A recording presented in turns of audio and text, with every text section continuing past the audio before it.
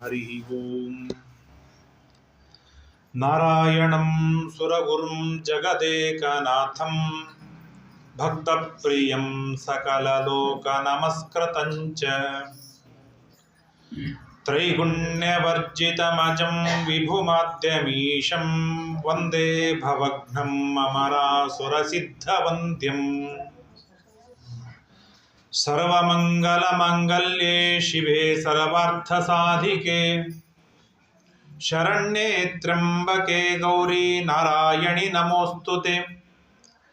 ಧರ್ಮ ವಿಜ್ಞಾನ ವೈರಾಗ್ಯ ಪರಮೈಶ್ವರ್ಯಶಾಲಿನಃ ಆನಂದತೀರ್ಥ ಭಗವತ್ಪದಾನ್ ವಂದೇ ನಿರಂತರಂ. ಆನಂದತೀರ್ಥೋಪದಿಷ್ಟೋ ನಿಧಿರ್ನಾರಾಯಣಾಹ್ವಯಃ ಪ್ರದರ್ಶಿತೋ ಯೇನ ಸಮ್ಯಕ್ ಜಯತೀರ್ಥಂ ತಮಾಶ್ರಯೇ. ಮೂಕೋಪಿ ಯತ್ಪ್ರಸಾದೇನ ಮುಕುಂದ ಶಯನಾಯತೆ ರಾಜರಾಜಾಯತೆ ರಿಕ್ತೋ ರಾಘವೇಂದ್ರಂ ತಮಾಶ್ರಯೇ. ಅಜ್ಞಾನತಿಮಿರಚ್ಛೇದಂ ಬುದ್ಧಿ ಸಂಪತ್ಪ್ರದಾಯಕಂ ವಿಜ್ಞಾನ ವಿಮಲಂ ಶಾಂತಂ ವಿಜಯಾಖ್ಯ ಗುರುಂ ಭಜೆ.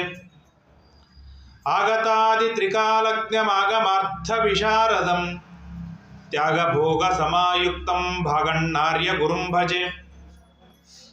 ವಿದ್ಯಾಪೀಠ ವಿಧಾತಾರಂ ವಿದ್ಯಾವಾರಿಧಿ ಚಂದಿರಂ ವಿದ್ಯಾರ್ಥಿ ವತ್ಸಲಂ ವಂದೇ ಮಹಾಮಹಿಮ ಸದ್ಗುರುಂ. ಆಪಾದಮೂಲಿ ಪರ್ಯಂತಂ ಗುರುಣಾಮಾಕೃತಿಂ ಸ್ಮರೇತ್ ತೇನ ವಿಘ್ನಾಃ ಪ್ರಣಶ್ಯಂತಿ ಸಿದ್ಧ್ಯಂತಿ ಚ ಮನೋರಥಾಃ. ಶ್ರೀ ಗುರುಭ್ಯೋ ನಮಃ.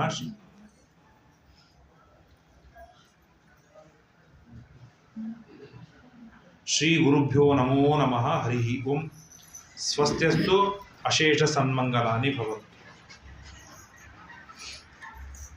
ದಾಸಶ್ರೇಷ್ಠರಾದ ಗೋಪಾಲದಾಸರ ಆರಾಧನೆಯಲ್ಲಿ ನಾವೆಲ್ಲರೂ ಸೇವೆ ಮಾಡುವುದಕ್ಕಾಗಿ ತೊಡಗಿಕೊಂಡಿದ್ದೇವೆ. ಈ ಎಲ್ಲ ಪಾರಾಯಣ, ಜಪ, ತೀರ್ಥ ಪ್ರಸಾದ, ದೇವರ ನೈವೇದ್ಯ, ಯಥಾಶಕ್ತಿ ಭಗವನ್ ಮಹಿಮೆಯ ಚಿಂತನೆ,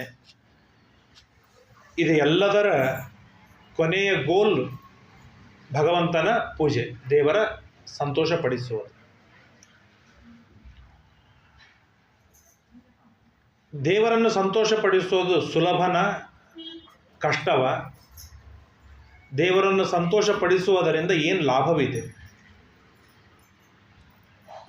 ಈಗ ಹಾಡಿನಲ್ಲಿ ಒಂದು ಮಾತು ಬಂತು, ಕರೆಗೊಳಿಸುವ ದುರಿತ ದುಷ್ಕೃತಗಳೆಲ್ಲ ಕರಿಯು ಸಿಂಹನ ಕಂಡು ತೆರನಾಗುವುದಂತೆ. ದೇವರ ಮುಂದೆ ಅದನ್ನು ಪಾಸಿಟಿವ್ ಆಗಿ ತಗೊಳ್ರಿ, ನಾನು ಹೇಳ್ತೇನೆ, ನೆಗೆಟಿವ್ ಆಗಿ ತಗೊಳ್ಳೋದು ಬೇಡ. ದೇವರ ಮುಂದೆ ರಾಯರು ಒಂದು ಸಣ್ಣ ಹುಳ. ಯಾಕೆ? ಅನಂತ ಶಕ್ತಿ ಉಳ್ಳವನು ದೇವರು. ರಾಯರಿಗೆ ಭಾಳ ಸಣ್ಣ, ನಮ್ಮ ಮುಂದೆ ಭಾಳ ದೊಡ್ಡವರು ನಮ್ಮ ಮುಂದೆ. ಆದರೆ ದೇವರ ಮುಂದೆ ಭಾಳ ಚಿಕ್ಕವರು. ಆ ರಾಯರ ಸ್ಮರಣೆಯನ್ನು ಮಾಡಿದರೇನೆ ನಮ್ಮ ಸಕಲ ದುರಿತ ದುಷ್ಕೃತಗಳು ಪರಿಹಾರವಾಗತ್ತೆ. ಅಂದರೆ ರಾಯರ ಮುತ್ತಜ್ಜನಾದ ಸರ್ವಜ್ಞನಾದ ಸರ್ವೋತ್ತಮನಾದ ದೇವರನ್ನು ಸ್ಮರಣೆ ಮಾಡಿದರೆ ಎಷ್ಟು ಪಾಪಗಳು ಪರಿಹಾರವಾಗಲಿಕ್ಕಿಲ್ಲ. ಇದನ್ನು ನಾವೊಮ್ಮೆ ನಮ್ಮ ಕಾನ್ಸೆಪ್ಟು, ನಮ್ಮ ಮೈಂಡ್ ಸೆಟ್ ಹೀಗಾಗಿರ್ತದೆ. ಈ ಭಾವ ರಾಯರಲ್ಲಿ ಕೇಳಿದಾಗ ಏನು ಭಾವನೆ ಬರ್ತದೆ, ಇದೇ ಭಾವ ದೇವರಲ್ಲಿ ಕೇಳಿದಾಗ ಭಾವನೆ ಬರುವುದಿಲ್ಲ. ನಮಗೆ ದೇವರ ಅಟ್ಯಾಚ್ಮೆಂಟ್ ಅಷ್ಟಿರೋದಿಲ್ಲ. ಹಾಗಾಗಿ ದೇವ್ರ ಪೂಜೆ ಮಾಡೋದಿಲ್ಲ. ಗುರುವಾರ ಉಪವಾಸ ಮಾಡ್ತೀವಿ. ಗುರುವಾರ ಉಪವಾಸ ಮಾಡಬಾರ್ದು ಅಂತಲ್ಲ, ಆದರೆ ದೇವ್ರ ಪೂಜೆ ಮಾಡೋದಿಲ್ಲ, ಇದು ಸತ್ಯ. ದೇವರ ಪೂಜೆಯಿಂದ ದೇವರನ್ನು ಸಂತೋಷಪಡಿಸೋದ್ರೊಳಗೆ ಇಷ್ಟು ಲಾಭವಿದೆ. ದಾಸರು ಅನೇಕ ಹಾಡುಗಳಲ್ಲಿ ಹೇಳ್ತಾರೆ, ಕೃಷ್ಣನ್ನ ನೆನೆದರೆ ಕಷ್ಟ ಒಂದಿಷ್ಟಿಲ್ಲ, ಕೃಷ್ಣ ಎನ್ನಬಾರದೆ ಅಂತಾಗಲಿ. ಬೆಟ್ಟದಂತ ಪಾಪ ಹೊತ್ತಿರುವೆ ನಾನು, ಸುಟ್ಟು ಬಿಡು ಪುರಂದರ ವಿಠ್ಠಲ ನೀನು. ನಮ್ಮ ಅಪ್ಪನ ಮನೆ ಆಳು ತಿಂದಿಲ್ಲ, ನಾನು ಪಾಪ ಮಾಡ್ತೀನಿ, ನೀನು ಸುಟ್ಟು ಹಾಕು ಅಂತಂದ್ರೆ. ನಂದೇನು ಋಣ ತಿಂದಿಲ್ಲ ದೇವರು, ನಾನೇನು ಸ್ಯಾಲ್ರಿ ಕೊಟ್ಟಿಲ್ಲ, ಊಟಕ್ಕೆ ಹಾಕಿಲ್ಲ, ನನ್ನ ಬಿಡೆ ಏನಿಲ್ಲ, ನಾನಿನ್ನು ಕೃಷ್ಣ ಅನ್ಕೋತ ಹೋಗ್ತೀನಿ, ನೀನು ನನ್ನ ಪಾಪಗಳನ್ನು ಸುಟ್ಟು ಹಾಕು ಅಂತಂದ್ರೆ ಲಗ ಹೊಡೆದ್ರೂ ಸುಟ್ಟು ಹಾಕೋದಿಲ್ಲ. ನಾವು ಮಾಡಿದ ಸಣ್ಣ ಪುಟ್ಟ ಸಾಧನೆಗಳಿಂದ ಅವನೇನಾದರೂ ಸಂತುಷ್ಟನಾಗಿದ್ದರೆ, ಸಂತುಷ್ಟನಾದ ದೇವ ನಮ್ಮ ಮೇಲೆ ಏನಾದರೂ ಕರುಣೆ ಮಾಡಿದರೆ ಆಗ ಬೆಟ್ಟದಂಥ ಪಾಪಗಳನ್ನು ಸುಟ್ಟು ಹಾಕಬಹುದು. ಇಲ್ಲದೇ ಇದ್ದರೆ ಪುಣ್ಯಕ್ಕೆ ಬಹಳ ಮಹತ್ವನೇ ಇರೋದಿಲ್ಲ. ನಾನು ಪಾಪ ಮಾಡ್ತಾನೆ ಹೋಗ್ತೀನಿ, ನೀನು ಸುಟ್ಕೋತೇ ಹೋಗು ಅಂದ್ರೆ ಪುಣ್ಯಕ್ಕೆ ಮಾಡ್ಬೇಕು ಯಾಕೆ? ಪಾಪ ಮಾಡಬಾರ್ದು ಅಂತ ಹೇಳ್ಬೇಕು ಯಾಕೆ? ದಾಸರು ಹೇಳಿದ್ದಾರೆ ಅಂತಂದರೆ, ನಾನು ಪಾಪ ಮಾಡೋದು ನನ್ನ ಸಹಜ ಸ್ವಭಾವ, ನೀನು ಏನಾದರೂ ನಾನು ಮಾಡಿದ ಸಾಧನೆಯಿಂದ ಸಂತೃಪ್ತನಾಗಿದ್ದರೆ ಆಗ ನೀನು ನನ್ನ ಪಾಪಗಳನ್ನು ಹಾಕು. ಪ್ರಾರ್ಥನೆ. ಹಾಗಾಗಿ ದೇವರನ್ನು ಸಂತೋಷಪಡಿಸೋದು ಇದು ಒಂದು. ಇದೇ ರಾಯರ ಮಹಿಮೆಯನ್ನು ಹೇಳುವಾಗ ಮತ್ತೊಂದು ಮಾತು ಹೇಳ್ತಾನೆ. ಹಾಗಾದ್ರೆ ನಾವೆಲ್ಲರೂ ದೇವರನ್ನು ಸಂತೋಷಪಡಿಸ್ತೀವಲ್ಲ, ಜಪ ಮಾಡ್ತೇವೆ, ಸಂತೋಷಪಡಿಸ್ತೇವೆ, ಪಾರಾಯಣ ಮಾಡ್ತೇವೆ, ಸಂತೋಷಪಡಿಸ್ತೇವೆ. ನಮ್ಮಿಂದ ದೇವರು ಭಾಳ ಸಂತೋಷ ಪಟ್ಟಾನೆ ಅನ್ನೋ ಫೀಲ್ ಅಂತೂ ನಮಗಿರ್ತದೆ. ಅವನು ಸಂತೋಷ ಪಟ್ಟಾನೋ ಬಿಟ್ಟಾನೋ, ಸಂತೋಷ ಪಡಿಸೋ ಹಾಗೆ ಕೆಲಸವನ್ನು ನಾವು ಮಾಡಿವೋ ಬಿಟ್ಟಿವೋ ಎರಡನೇದ್ದು. ಆದರೆ ನಮಗಂತೂ ಆ ಥರದ್ದು ಒಂದೇನು ನಾವು ಕಾರ್ಯ ಮಾಡಿದ ಕೂಡಲೇ ದೇವರು ತೃಪ್ತನಾಗ್ಯಾನಪ್ಪ ಅನ್ನೋದು ಒಂದು ಭಾವನೆ ಅಂತೂ ಬರುತ್ತೆ. ಸರಳ ನಮ್ಮಂಥವರಿಂದ ತೃಪ್ತನಾಗ್ತಾನೆ ದೇವರು. ಇದೇ ರಾಯರ ಹಾಡಿನಲ್ಲೇ ಒಂದು ಮಾತನ್ನು ಹೇಳ್ತಾರೆ, ಪ್ರಸಿದ್ಧ ಹಾಡು. ಮಂದ ಭಾಗ್ಯರಿಗೆ ದೊರಕದು ಇವರ ಮಹಾಸೇವಾ. ರಾಯರ ಸೇವಾನೇ ಅಲ್ಪ ಭಾಗ್ಯರಿಗೆ ಸಿಗೋದಿಲ್ಲ ಅಂದ ಮೇಲೆ ದೇವರ ಸೇವಾ ಏನು ಸಿಗತ್ತೆ? ಅಂದ್ರೆ ಎರಡು ವಿಷಯಗಳು ಬೇರೆ ಬೇರೆ ಇದೆ. ಅತ್ಯಲ್ಪರಾಗಿರ್ತಕ್ಕಂಥ ರಾಯರನ್ನು ನೆನೆಸಿದರೇನೆ ನಮ್ಮ ಪಾಪಗಳು ಪರಿಹಾರವಾಗತ್ತೆ ಅಂದ ಮೇಲೆ ದೇವರನ್ನು ನೆನೆಸಿದರೆ ಎಷ್ಟು ಪಾಪಗಳು ಪರಿಹಾರ ಆಗಲಿಕ್ಕಿಲ್ಲ, ಇದೊಂದು ಕಾನ್ಸೆಪ್ಟ್ ಬೇರೆ. ಅತ್ಯಲ್ಪರಾಗಿರ್ತಕ್ಕಂತಹ ರಾಯರ ಸೇವೆಯೇ ನಮ್ಮಂತಹ ದೌರ್ಭಾಗ್ಯರಿಗೆ ಸಿಗೋದಿಲ್ಲ ಅಂದಮೇಲೆ ರಾಯರಿಗಿಂತಲೂ ಅನಂತ ಕೋಟಿ ಪಟ್ಟು ಉತ್ತಮನಾಗಿರ್ತಕ್ಕಂಥ ದೇವರ ಸೇವೆಯನ್ನು ಮಾಡೋ ಸೌಭಾಗ್ಯ ನಮಗೇನು ಸಿಕ್ಕಿತು?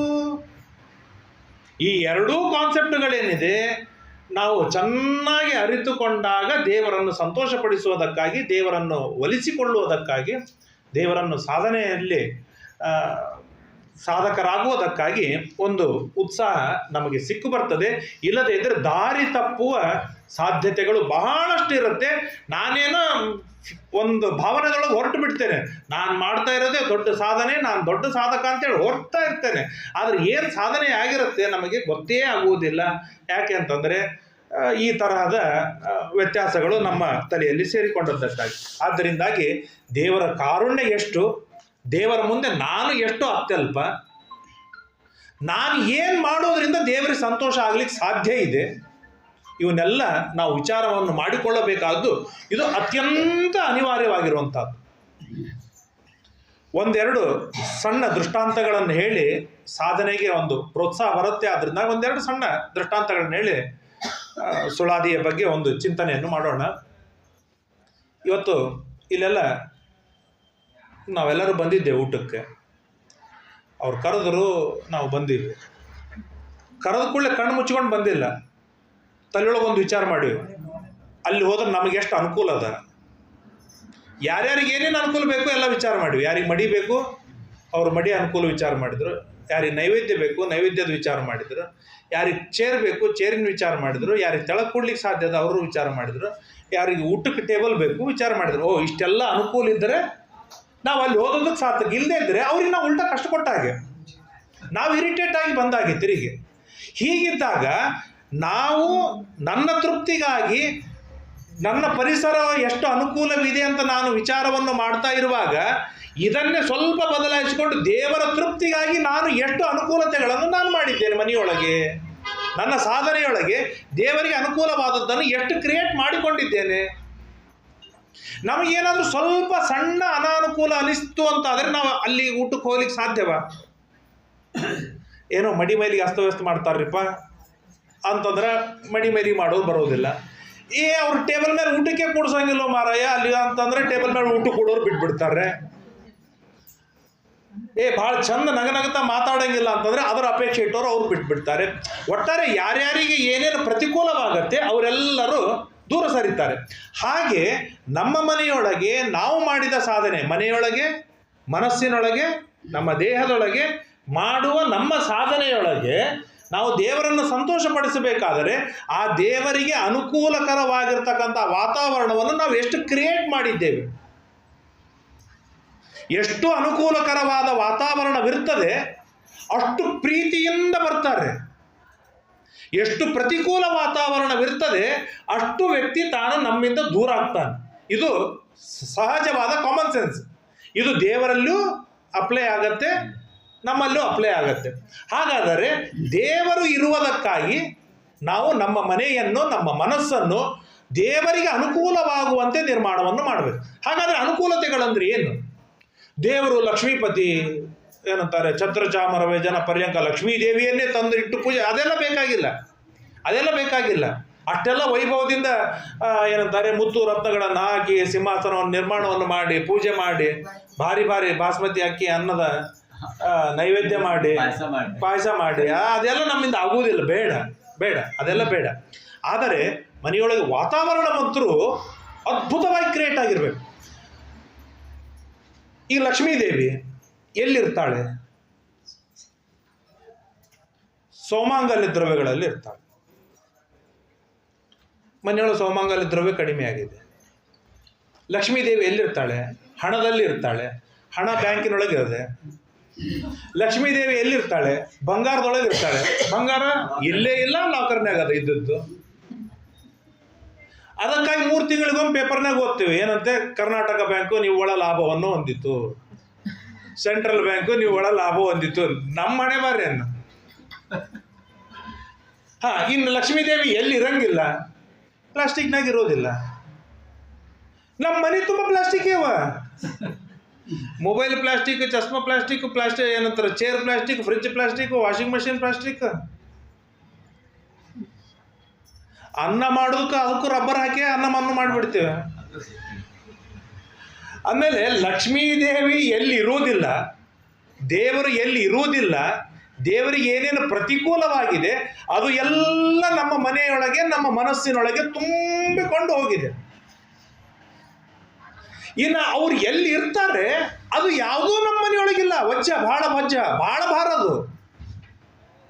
ನಮ್ಮ ಗೆಳೆಯರ ಮನೆಗೆ ಕರಿಬೇಕಾ, ದೇವ್ರ ಮನೆಗೆ ಕರಿಬೇಕಾ? ಯಾರಿಗೆ ಕರೆದ್ರೆ ಸುಲಭ? ಗೆಳೆಯನಿಗೆ ಸ್ನಾನ ಮಾಡಿ ಚಹಾ ಕೊಟ್ಟರು ಕುಡಿತಾನೆ, ಸ್ನಾನ ಮಾಡದೆ ಕೊಟ್ಟರು ಕುಡಿತಾನೆ,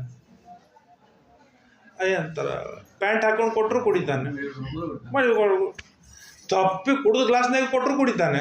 ಅವನಿಗೆ ಚಹಾ ಕುಡಿದ್ರೆ ಸಾಕಾಗಿರ್ತದೆ. ಅವನಿಗೆ ಹೇಗೆ ಕೊಟ್ಟರು ಕುಡಿತಾನೆ. ಅವ್ರಿಗೆ ಗೊತ್ತು ಕುಡ್ದಾರೋ ಬಿಟ್ಟಾರ.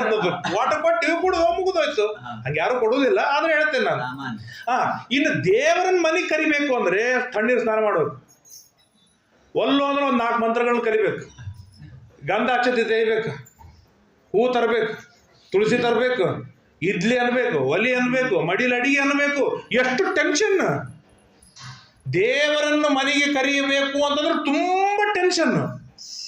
ದೇವರನ್ನು ಕರೀಲಿಕ್ಕೆ ಬೇಕಾದ ಏನೆಲ್ಲ ವಸ್ತುಗಳು ಬೇಕೋ ಅವೆಲ್ಲ ನಮಗೆ ಭಾರ. ಗೆಳೆಯರನ್ನು ಕರೆಯೋದು ಅತ್ಯಂತ ಸುಲಭ. ಆದ್ದರಿಂದಾಗಿ ದೇವರನ್ನು ಆದಷ್ಟ ಮಟ್ಟಿಗೆ ಸ್ವಲ್ಪ ಬೈಪಾಸ್ ಮಾಡಿ ನಮಗೆ ಯಾವುದು ಸುಲಭವಿದೆ, ನಮ್ಮ ಒಂದು ಆಟಿಟ್ಯೂಡಿಗೆ, ನಮ್ಮ ಒಂದು ವಾತಾವರಣಕ್ಕೆ, ನಮ್ಮ ಒಂದು ಸ್ವಭಾವಕ್ಕೆ ಯಾರು ಅಡ್ಜಸ್ಟ್ ಆಗ್ತಾರೆ ಅಂಥವರನ್ನು ನಾವು ಮನೆಗೆ ಕರೆದು ಅವರಿಗೆ ಆದರ ಸತ್ಕಾರ ಗೌರವಗಳನ್ನೆಲ್ಲವನ್ನು ಸಮರ್ಪಿಸ್ತೇವೆ. ಇದನ್ನು ಯಾಕೆ ನಾನು ಈ ಮಾತುಗಳನ್ನು, ಈ 2 ಮಾತನ್ನು, ಲಕ್ಷ್ಮೀದೇವಿಯ ಮಾತಾಗಲಿ ದೇವರ ಮಾತನ್ನಲ್ಲಿ ಯಾಕೆ ಹೇಳಿದೆ ಅಂತಂದರೆ, ನಾವು ಮಂದಭಾಗ್ಯರು ಅಂತನ್ಲಿಕ್ಕೆ ಅತ್ಯಂತ ದರಿದ್ರ ಮಂದಭಾಗ್ಯರು. ರಾಯರನ್ನು ಯಾರು ಒಲಿಸಿಕೊಂಡಾರಲ್ಲ, ವಿಜಯದಾಸರು, ಜಗನ್ನಾಥದಾಸರು, ಗೋಪಾಲದಾಸರು ಮೊದಲಾದವರು ಮಂದಭಾಗ್ಯರವರು. ಅವರಿಗೂ ರಾಯರ ಸುಲಭದೊಳಗೆ ಸಿಗೋದಿಲ್ಲ. ಅವರು ಮಂದಭಾಗ್ಯರು. ಮಂದಂದ್ರೆ ಅತ್ಯಲ್ಪ ಭಾಗ್ಯರು. ಇನ್ನು ನಮ್ಮ ಪಾಲು, ನಮ್ಮ ಹಣೆಬಾರ ಏನಂತಂದ್ರೆ ಅತ್ಯಂತ ದರಿದ್ರ ತಮರಾಗಿರ್ತಕ್ಕಂಥ ಮಂದಭಾಗ್ಯರು. ಅಂದಮೇಲೆ ನಮಗೆ ಗೋಪಾಲದಾಸರೇ ಸಿಗೋದಿಲ್ಲ, ರಾಯರು ಸಿಗೋದಂದ್ರೂ ದೂರದ ಮಾತು. ರಾಯರು ಸಿಗೋದಿಲ್ಲ ಅಂದ್ರೆ ದೇವರಂದ್ರೆ ಇನ್ನು ಸಿಗ್ಲಿಕ್ಕೆ ಸಾಧ್ಯನೇ ಇಲ್ಲ. ಹಾಗಾದ್ರೆ ದೇವರನ್ನು ಹೇಗೆ ಸಂತೋಷ ಪಡಿಸ್ಬೇಕು? ನಾವು ದೇವರನ್ನು ಹೇಗೆ ಆರಾಧನೆ ಮಾಡಬೇಕು? ನಾವು ಮಾಡಿದ ಕಾರ್ಯದಿಂದ ಸಂತುಷ್ಟರಾಗಿದ್ದಾನೆ ದೇವರಂತ ನಾವು ಹೇಗೆ ಭಾವಿಸ್ಬೇಕು? ಹೇಗೆ? ಈ ಎಲ್ಲ ವಿಚಾರಗಳನ್ನು ನಾವು ಏಕಾಂತದೊಳಗೆ ಮಾಡಿದಾಗ ಹೋ ಹಾಗಾದ್ರೆ ಹೀಗೀಗೆ ಮಾಡೋದ್ರಿಂದ ದೇವರು ಸಂತುಷ್ಟನಾಗ್ತಾನೆ. ದೋಸೆ ಮಾಡಿದ್ರೆ ಮಗನಿಗೆ ಸಂತೋಷ ಆಗುತ್ತೆ, ಇಡ್ಲಿ ಮಾಡಿದ್ರೆ ಇನ್ನೊಬ್ಬ ಮಗಳಿಗೆ ಸಂತೋಷ ಆಗುತ್ತೆ, ಇನ್ನೊಂದು ಮಾಡಿದ್ರೆ ಇನ್ನೊಬ್ಬರಿಗೆ ಸಂತೋಷ ಆಗುತ್ತೆ, ಬಕ್ರಿ ಮಾಡಿದ್ರೆ ವಯಸ್ಸಾದವರಿಗೆ ಶುಗರ್ ಬಂದವರಿಗೆ ಸಂತೋಷ ಆಗುತ್ತೆ.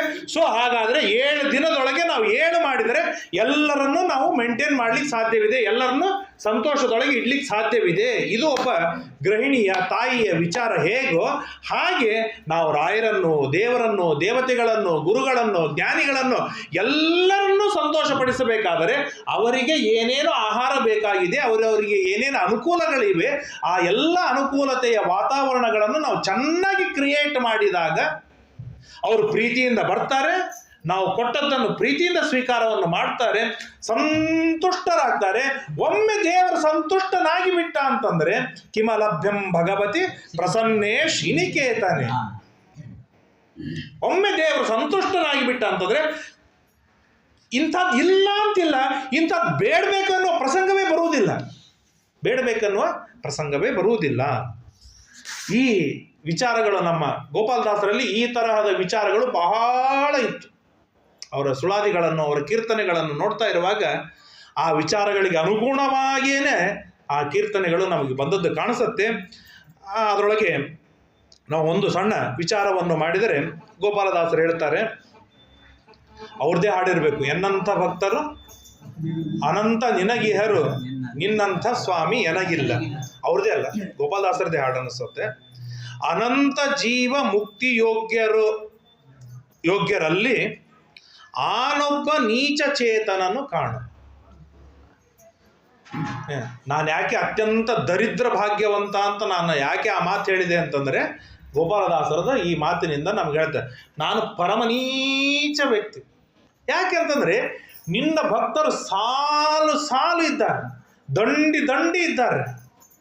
ಒಬ್ಬೊಬ್ಬ ಭಕ್ತರು ತಮ್ಮ ಸುಖವನ್ನು, ತಮ್ಮ ಸಂಸಾರವನ್ನು, ತಮ್ಮ ಹಣ ಕನಕಗಳನ್ನು, ತಮ್ಮ ಮನಿ ಮಠಗಳನ್ನು ಎಲ್ಲವನ್ನೂ ತ್ಯಾಗ ಮಾಡಿ ದೇವರಿಗಾಗಿ ತಮ್ಮನ್ನು ತಾವು ಸಮರ್ಪಣೆಯನ್ನು ಮಾಡಿಕೊಂಡವರಿದ್ದಾರೆ. ಯಾವ ಮಟ್ಟಕ್ಕೆ ನಾವು ದೇವರಲ್ಲಿ ನಾವು ರತರಾಗಿರಬೇಕು ಅಂತಂದರೆ, ರಾಯರ ಸ್ತೋತ್ರ ಪಾರಾಯಣವನ್ನು ಮಾಡ್ತೀರಿ ತಾವೆಲ್ಲರೂ, ಅಷ್ಟೋತ್ತರ ಆಗಿದೆ, ಕರೆಕ್ಟ್. ಅಲ್ಲಿ ಒಂದು ಮಾತು ಬರ್ತದೆ, ಇವತ್ತು ನಮ್ಗೆ ಏನಾಗಿದೆ ಅಂದರೆ 2 ಗಂಟೆ ಆಯ್ತು ಅಂದ್ರೆ ಹೊಟ್ಟೆ ಸವಿತದೆ, 2 ತಾಸು ಕೂತು ಅಂದ್ರೆ ಮೊಣಕಾಲು ಸವಿತದೆ, ಸರಿನಾ? ಆಮೇಲೆ ಒಂದು 10 ಪ್ರದಕ್ಷಿಣೆ ಹಾಕಿತ್ತು ಅಂತಂದ್ರೆ ಪಾದ ಸವಿತವೆ, 10 ನಮಸ್ಕಾರ ಮಾಡಿದ್ರೆ ಸೊಂಟ ಸವಿತದೆ. ಇವೆಲ್ಲ ನಮ್ಮ ಶರೀರಗಳೆಲ್ಲ ಸವಿತದೆ.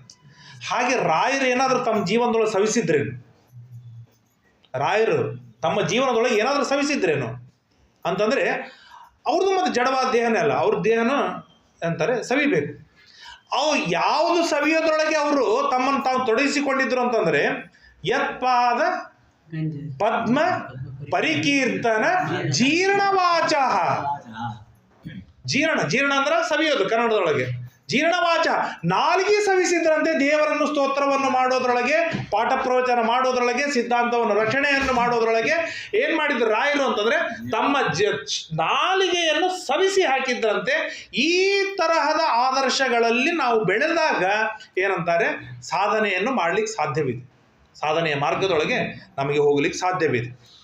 ಅಂದಮೇಲೆ ಆ ಒಂದು ಏನಂತಾರೆ, ಆ ವಿಚಾರವನ್ನು ನೋಡಿದಾಗ ನಮ್ಮ ನಾಲಿಗೆ ತಿಂದುಂಡು ಜಡವಾಗಿದನು, ದೇವರ ಸ್ತೋತ್ರ ಮಾಡಿ ಸೌದದನು. ಲಗ ಹೊಡೆದ್ರೆ ದೇವರ ಸ್ತೋತ್ರ ನಾಲಿಗೆಗೆ ಬರುವುದಿಲ್ಲ. ಆವ ರೋಗವು ಎನ್ನಗೆ ಗೋಪಾಲದಾಸರದೇ ಹಾಡು, ದೇವಧನ್ವಂತರೆ ಹರಿಮೂರ್ತಿಗಳು ಎನ್ನ ಕಂಗಳಿಗೆ ಕಾಣಿಸದು, ಹರಿಕೀರ್ತನೆಯು ಕೇಳಿಸದೆನ್ನ ಕಿವಿಗೆ, ಹರಿಮಂತ್ರ ಸ್ತೋತ್ರ ಬಾರದು ಎನ್ನ ನಾಲಿಗೆಗೆ. ಇದರ ಮೇಲೆ ದಾಸರು ಹೇಳ್ತಾರೆ, ಹರಿಪ್ರಸಾದವು ಎನ್ನ ಜಿಹ್ವೆಗೆ ಸವಿಯಾಗೋದಯ್ಯ, ಆವ ರೋಗವು ಎನಗೆ. ಹಾಗಾಗಿ ದೇವ್ರ ನೈವೇದ್ಯ ನಾವು ಸ್ವಲ್ಪ ದೂರಿಟ್ಟು, ಯಾಕಂದ್ರೆ ನಾಲಿಗೆ ರುಚಿನೇ ಹತ್ತಂಗಿಲ್ಲ ಅದು ಅಂತೇಳಿ ಅಂದು ಸ್ವಲ್ಪ ಡಿಸ್ಟೆನ್ಸ್ ಮೇಂಟೈನ್ ಮಾಡ್ಕೊಂಡು ಬಂದೇವೆ. ಅದೆಲ್ಲ ಹಾಗಾಗೋದಿಲ್ಲ. ಯಾಕೆ, ಈ ಎಲ್ಲ ರೋಗ ಇದ್ದವನು ಅವ್ನು ನೀಚನೇ, ರೋಗದಿಂದ ಮುಕ್ತನಾದವನು ಅವನೇನಂತಾನೆ ಆರೋಗ್ಯವಂತನಾದ ಸಮರ್ಥನಾಗಿರ್ತಕ್ಕಂಥ ಪುರುಷ. ಹಾಗಾಗಿ ಆನೊಬ್ಬ ನೀಚ ಚೇತನನು ಕಾಣು, ನಾನೊಬ್ಬ ಪರಮನೀಚನಾದ ಚೇತನ. ಮುಕ್ತಿಯೋಗ್ಯರು ಅನಂತ ಕೋಟಿ ಜೀವರಾಶಿಗಳಿದ್ದಾರೆ, ಅದರೊಳಗೆ ಬಹಳ ಬಹಳ ಬಹಳ ಬಹಳ ಕೆಳಮಟ್ಟದಲ್ಲಿ ಇರೋನು ನಾನು. ನಾನು ಏನಿದ್ದೇನೆ ಭಾರಿ ವಿಚಿತ್ರ, ನನಗೆ ಗೊತ್ತಿಲ್ಲ. ನಾನು ಏನಿದ್ದೇನೆ ನಿನಗೆ ಗೊತ್ತದ. ಏನಿಲ್ಲ ಅದೆಲ್ಲ ಇದ್ದೇನಂತ ನಾನು ತಿಳ್ಕೊಂಡಿನಿ. ನಾನು ಇಷ್ಟು ವರ್ಷ ಜೀವನವಾಯಿತು, ನನ್ನ 40 ವರ್ಷದ ಜೀವನವಾಯಿತು. ನಂದು ಅಂತ ಅನ್ನೋದು ಏನಿದೆ ಅದು ನನಗೆ ಇನ್ನೂ ತನಕ ಗೊತ್ತಾಗಿಲ್ಲ. ನನಗೆ ನಾ ಏನೇನು ತಿಳ್ಕೊಂಡಿನಿ ಅದು ಎಲ್ಲನೂ ನನ್ನಲ್ಲಿ ಇಲ್ಲದೇ ಇರುವುದನ್ನೇ ನಾನು ತಿಳಿದುಕೊಂಡಿದ್ದೇನೆ. ಈ ತರಹದ ಅವಸ್ಥೆಯೊಳಗೆ ನಾನಿದ್ದಾಗ ನೀನೇ ಬಲ್ಲೆಯ ಸ್ವಾಮಿ ನನ್ನ ಸ್ವರೂಪವನ್ನು ನೀನೇ ಬಲ್ಲೆ. ಏನು ನನ್ನ ಸ್ವರೂಪ ನಾನು ಯಾಕೆ ತಿಳಿದುಕೊಳ್ಳಿಕ್ಕೆ ಆಗಿಲ್ಲ? ಇದಕ್ಕೆ ಎಲ್ಲರೂ ಹೊಣೆಗಾರರು. ಕೂಸು ಅಳ್ತಾ ಮನೆಗೆ ಬರ್ತದೆ. ಸ್ಕೂಲಿಗೆ ಹೋದ ಹುಡುಗ ಅಳ್ತಾ ಮನೆಗೆ ಬರ್ತಾರೆ. ಮನೆಗೆ ಬಂದಾಗ ತಾಯಿ ಕೇಳ್ತಾಳೆ, ಯಾಕೆ ಅಳ್ತಾ ಇದೀಯಾ? ಇಲ್ಲ ಅಮ್ಮ, ನನ್ನ ಗೆಳೆಯ ಹೊಡೆದ, ಹಾಗಾಗಿ ಅಳ್ತಾ ಬಂದೆ. ಆಗ ತಾಯಿಯ ರಿಯಾಕ್ಷನ್ ಏನಿರುತ್ತೆ? ಕ್ಷಮ ಮಾಡಿದಿ, ಭಾಳ ಚಲೋ ಆಯಿತು, ಅಂಥವ್ರ ಮೇಲೆ ದಯ ಮಾಡಿದಿ, ಭಾಳ ಚಲೋ ಆಯಿತು ಅಂತ ಹೇಳ್ತಾರನ್ನ. 2 ಕೊಟ್ಟು ಬರ್ಬೇಕಿಲ್ಲ ಅಂತ ತಿರುಗಿ, ಹೌದಲ್ವ? ಅಂದರೆ ಗುಣಗಳ ಬಗ್ಗೆ ಕ್ಷಮೆ ಮಾಡು, ಸಹನೆ ಮಾಡು, ದಯೆ ಇರಲಿ, ದಾನಿಯಾಗು, ಗುಣವಂತನಾಗು. ಇದು ಯಾರೂ ನಮಗೆ ಹೇಳಿಲ್ಲ ಬೈ ಬರ್ತಾಗಿ. ಹಾಗಾಗಿ ಗುಣಗಳು ಅಂದ್ರೆ ಏನೂ ನಮಗೆ ಗೊತ್ತೇ ಇಲ್ಲ. ನನ್ನ ಸ್ವರೂಪ ಆನಂದಾದಿ ಗುಣಗಳಿಂದ ಯುಕ್ತನಾದವನು. ನಾನು ಮುಕ್ತಿಯೋಗ್ಯನಾಗಿದ್ದರೆ ನನ್ನ ಸ್ವರೂಪ ಏನು ಅಂತಂದ್ರೆ ಆನಂದಾದಿ ಗುಣಗಳಿಂದ ಯುಕ್ತನಾದವನು. ನಾನು ಸಚ್ಚಿದಾನಂದ ರೂಪಿ, ಆತ್ಮ ಅಲ್ಲ ಅಷ್ಟೇ, ಆದರೆ ನಾನು ಸಚ್ಚಿದಾನಂದ ಮೂರ್ತಿ. ಆದರೆ ಗುಣಗಳ ಬಗ್ಗೆ ನಮಗೆ ಯಾರೂ ತಿಳಿಸಿಕೊಟ್ಟಿಲ್ಲ. ದೋಷಗಳ ಬಗ್ಗೆ ಅಂತೂ ಇಷ್ಟು ಇದೆ ಅಂತಂದ್ರೆ, ಈಗ ಯಾರನ್ನಾದ್ರೂ ಒಬ್ಬರನ್ನ ಗುರುತಿಸಿ, ನನಗೆ ಅಪರಿಚಿತರಿರಲಿ, ಇಲ್ಲಿ ತುಂಬ ಜನ ಅಪರಿಚಿತರು, ಇವ್ರ ಬಗ್ಗೆ ದೋಷ ಹೇಳೋದು ನಾ 1000 ದೋಷ ಹೇಳ್ತೀನಿ, ರೈಟ್? ನನ್ನ ಬಗ್ಗೆ ದೋಷ ಹೇಳತ್ತಂದ್ರೆ ಹೇಳಿ ತಯಾರಾಗತ್ತೆ. ಇವ್ರ ಬಗ್ಗೆ ಒಂದು ಒಳ್ಳೆ ಗುಣಗಳನ್ನು ಹೇಳು ಅಂತಂದ್ರೆ ಅಂದ್ರೆ ಅವನು ಗುಣವಂತನೇ ಅಲ್ಲನ? ಗುಣಗಳೇ ಇಲ್ಲವ? ತಪ್ಪಿ ಏನಾದರೂ ಬರ್ರಿ, ಈ ಕಡೆ ಬರ್ರಿ, ಒಳಗೆ ಬರ್ರಿ.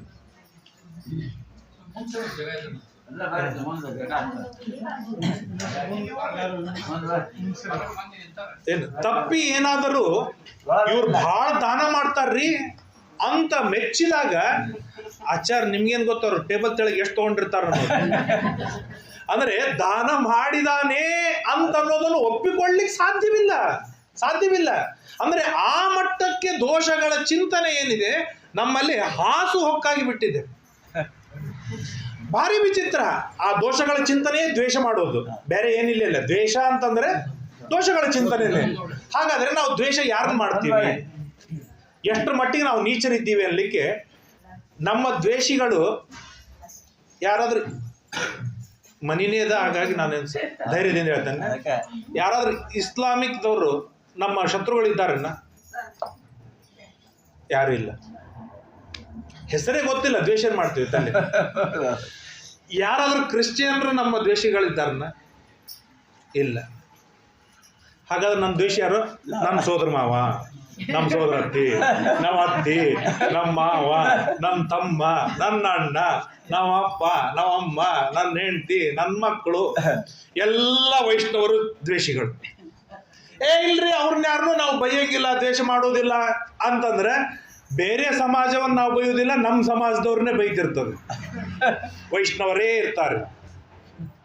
ಇಲ್ಲ, ಅದರೊಳಗೂ ಸ್ವಲ್ಪ ಏನಂತಾರೆ ಮಾಡಿಫೈ ಮಾಡ್ಕೊಂಡು ಬೆಳೆದವರು ವಿದ್ವಾಂಸರಿಗೆ ಬೈತಾರೆ.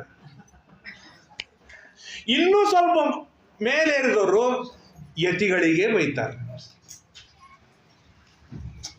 ಅಂದರೆ ಯಾವ ಮಟ್ಟದೊಳಗೆ ನಾವು ನೀಚರಾಗಿದ್ದೇವೆ ಅನ್ನೋದನ್ನು ಗೋಪಾಲದಾಸರು ಈ 220 ವರ್ಷದ ಹಿಂದೆ ತಾವು ಅದನ್ನ ಹಿಡಿದು ಹಾಕಿದ್ರು ಅಂತಂದ್ರೆ ಈ ಮಟ್ಟದೊಳಗೆ. ಅಂದ್ರೆ ನಮ್ಮ ದೋಷಗಳ ಚಿಂತನೆ ಯಾವ ಮಟ್ಟದಲ್ಲಿದೆ ಅಂತಂದ್ರೆ, ಯಾವ ವೈಷ್ಣವರಲ್ಲೂ ಯಾವ ವಿಷ್ಣು ಭಕ್ತರಲ್ಲೂ ಒಂದೂ ಗುಣಗಳಿಲ್ಲ ಎನ್ನುವುದು ಸಿದ್ಧ. ನಮಗೆ ನಾವು ಸಿದ್ಧ ಮಾಡಿಕೊಂಡ್ಬಿಟ್ಟಿದ್ದೇವೆ. ಆ ಗುಣಗಳು ಇಲ್ಲ ಅಷ್ಟೇ ಅಲ್ಲ, ಅವರನ್ನೇ ಟಾರ್ಗೆಟ್ ಮಾಡಿ ಬೈತೇವೆ. ಅಂದರೆ ಯಾವ ಮಟ್ಟದೊಳಗೆ ನಾವು ಕೆಳಗೆ ಇಳಿದಿದ್ದೇವೆ, ಯಾವ ಕೆಳ ಸ್ತರದೊಳಗೆ ನಾವು ಹೋಗ್ತಾ ಇದ್ದೇವೆ. ಅಂದಮೇಲೆ ನಮ್ಮನ್ನು ಬಂದು ನಾನು ಭಾರಿ ಸಾಧನೆ ಮಾಡ್ತೇನೆ ಅಂತಂದ್ರೆ ಏನದು? ಇಲ್ಲದೇ ಇದ್ದದ್ದೇ. ಹಾಗಾಗಿ ಎನ್ನ ಸ್ವರೂಪ ನನಗೆ ಗೊತ್ತಿಲ್ಲ, ನಾನೇನು ಮಾಡ್ತಾ ಇದ್ದೇನೆ, ನಾನೇನು ತಿಳ್ಕೊಂಡಿದ್ದೇನೆ ಅದು ಇಲ್ಲದೇ ಇದ್ದದ್ದನ್ನೇ ನಾನು ತಿಳಿದುಕೊಂಡಿದ್ದೇನೆ. ಹಾಗಾಗಿ ಹೇ ಭಗವನ್, ಎನ್ನ ಸ್ವರೂಪವನ್ನು ನೀನೇ ಬಲ್ಲೆಯ. ನೀನು ತಿಳಿದುಕೊಂಡಿದ್ದೀಯ, ಚೆನ್ನಾಗಿ ನೀನು ತಿಳಿದಿದ್ದೀಯ ಎನ್ನ ಸ್ವರೂಪವನ್ನು. ನಾನಾ ಯೋನಿಗಳಲ್ಲಿ ಬಿದ್ದು ಬಂದೆ. ಇವತ್ತ್ಯಾವ ನಾಯಿನ ಚೀತು ಅಂತೇವೆ, ಅದೇ ನಾಯಿ ಎಷ್ಟು ಜನ್ಮದೊಳಗೆ ನಾವು ಹುಟ್ಟಿ ಬಂದಿದ್ದೇನೆ ಗೊತ್ತಿಲ್ಲ. ಯಾವ ಹುಳವನ್ನು ದಿವಸ ಹಿಂಗೆ ಏನಂತಾರೆ ಒರೆಸಿ ಕೊಂದು ಹಾಕ್ತೇವೆ, ನಿರ್ಭಿಡೆಯಾಗಿ ಏನಂತಾರೆ ಏನೂ ಸಂಕೋಚ ಇಲ್ಲದೆ ಅವನು ಸಂಹಾರ ಮಾಡ್ತೇವೆ. ಆ ಹುಳಗಳಾಗಿ ಎಷ್ಟು ಜನ್ಮಗಳಲ್ಲಿ ನಾನು ಹುಟ್ಟಿ ಬಂದಿದ್ದೇನೆ ಲೆಕ್ಕವಿಲ್ಲ. ನಾನಾ ಯೋನಿಗಳಲ್ಲಿ ಶ್ವಾನ ಮುಂತಾದ ಜೀವರೆಲ್ಲರೂ ತಮ್ಮ ತಮ್ಮ ಗತಿ ಅನೇಕ ಯೋನಿಗಳು ಐದಿ. ತತ್ರಾಪಿ ಜನ್ಮ ಶತಕೋಟಿಷು ಮಾನುಷತ್ವಂ, ತತ್ರಾಪಿ ಜನ್ಮ ಶತಕೋಟಿಷು ವೈಷ್ಣವತ್ವಂ, ತತ್ರಾಪಿ ಜನ್ಮ ಶತಕೋಟಿಷು ಮತ್ಪರತ್ವಂ. ಇಷ್ಟೆಲ್ಲ ಅನೇಕ ಯೋನಿಗಳಲ್ಲಿ ಹೋಗಿ ಮಾನವ ಯೋನಿಯೊಳಗೆ ನಾನು ಈಗ ಬಂದೆ. ಆ ಮಾನವ ಯೋನಿಯೊಳಗೂ ಭಾರಿ ವಿಚಿತ್ರ. ಫಾರಿನ್ದಾಗ ಹೋಗಿ ಹುಟ್ಟಿ ಬಂದ್ಬಿಟ್ರೆ, SC ST ಒಳಗೆ ಹುಟ್ಟಿ ಬಂದ್ಬಿಟ್ರೆ, ನಾಸ್ತಿಕನಾಗಿ ಹುಟ್ಟಿದರೆ, ಬ್ರಾಹ್ಮಣನಾಗಿ ಹುಟ್ಟಿದಾಗಲೂ ಸಂಧ್ಯಾವಂದನ ದೇವರ ಪೂಜೆಯನ್ನು ನಫರತ್ ಮಾಡುವವನಾಗಿ ಹುಟ್ಟಿದರೆ, ದ್ವೇಷ ಮಾಡುವವನಾಗಿ ಹುಟ್ಟಿದರೆ, ಇಲ್ಲ ಬರೇ ಸಂಧ್ಯಾವಂದನ ದೇವರ ಪೂಜೆದೊಳಗೇನೆ ಕಾನ್ಸಂಟ್ರೇಟ್ ಮಾಡಿ ಪಾಠ ಪ್ರವಚನಗಳನ್ನು ದ್ವೇಷ ಮಾಡುವವನಾಗಿ ಹುಟ್ಟಿದರೆ, ಪಾಠ ಪ್ರವಚನಗಳಲ್ಲಿ ಭಾರೀ ಭಾರವನ್ನು ಕೊಟ್ಟು ದೇವರ ಪೂಜೆ ಸಂಧ್ಯಾವಂದನ ಏಕಾದಶಿ ವ್ರತಾದಿಗಳನ್ನು ಬಿಟ್ಟಾಕುವವನಾದರೆ, ಭಜನೆ ಹಾಡು ಸಂಗೀತ ಅಂತೇಳಿ ಅದರೊಳಗೆ ನಾವು ಕಾನ್ಸಂಟ್ರೇಟ್ ಮಾಡಿ ಇನ್ನೊಂದು ಬಿಟ್ಟು ಹಾಕಿದರೆ, ಯಾವುದು ಬಿಟ್ಟರೂ ಕೂಡ ಲಾಸ್ ಯಾರಿಗಿದೆ? ನಮಗೆ ಇದೆ. ಅಷ್ಟೆಲ್ಲ ಯೋನಿಗಳಲ್ಲಿ ದಾಟಿ ಏನೋ ತಪ್ಪಿ ಈ ಯೋನಿಯೊಳಗೆ ಬಂದಿದ್ದೇನೆ. ಇಷ್ಟು ಜನ್ಮಗಳ ತರುವಾಯ, ಇಷ್ಟು ಜನ್ಮಗಳ ತರುವಾಯ ನಾವು ಯೋನಿಗಳಲ್ಲಿ ಬಿದ್ದು ಎದ್ದು